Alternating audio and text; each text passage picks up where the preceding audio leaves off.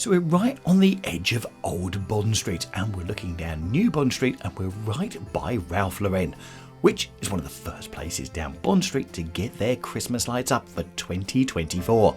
But we're not down here having a look at this place. No, we'll come back when all the lights are switched on, especially when Cartier's all lit up and Chanel's all lit up as well.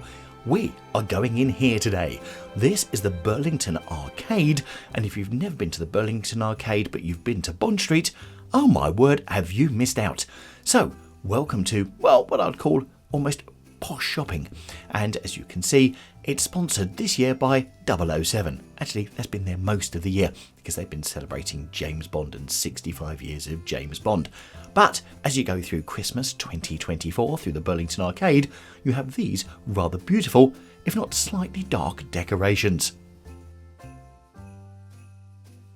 The Burlington Arcade takes you parallel with Old Bond Street, so you can get here from just the top of Old Bond Street, and it takes it down to Piccadilly and almost comes out opposite Fortnum & Mason. So there you go, if you're in Piccadilly, Old Bond Street, New Bond Street, you need to come down here.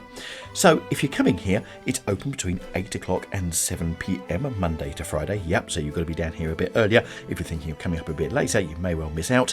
Saturday it opens at 9 a.m, closes at 7 p.m, and on Sunday it's 11 a.m. to 6 p.m. But it's worth coming down here not just to see the Christmas decorations, but also to have a look at some of the shops and some of the things that they sell down here. Also, you can see their own police force down here as well. So the whole shopping mall itself is 179 metres long. Yeah, and they reckon it's probably the world's first modern shopping mall.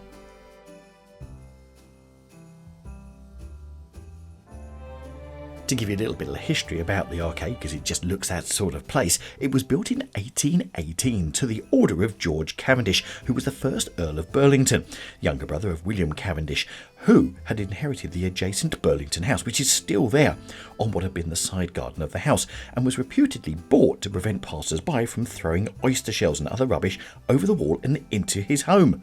God, drastic measures to do it, and can you imagine the smell from the oyster shells? Wow! So Burlington Arcade was built, and it was built for the sale of jewellery and fancy articles of fashionable demand for the gratification of the public. However, it was also said to have been built that the Lord's wife could shop there safely amongst other genteel ladies and gentlemen, away from the busy, dirty and crime-ridden open streets of London, which they were at the time. Well, that was probably for 5 minutes before they realised they actually had greater pickings down here at the Burlington Arcade. Anyway, you've got their own police down here. And when you walk down here, you'll see them in their top hats and their coats as well, and they are called the Beadles. So if you're coming down here, you certainly want to get a photo with them. Right, we're coming up to Piccadilly. This is the end of the Burlington Arcade, and that gives you an idea of it in real time. Now, if you love Piccadilly and you love Fortnum & Mason, we've got their Christmas windows for you in the video up in the top right-hand corner. So if you click on that, we'll see you in there.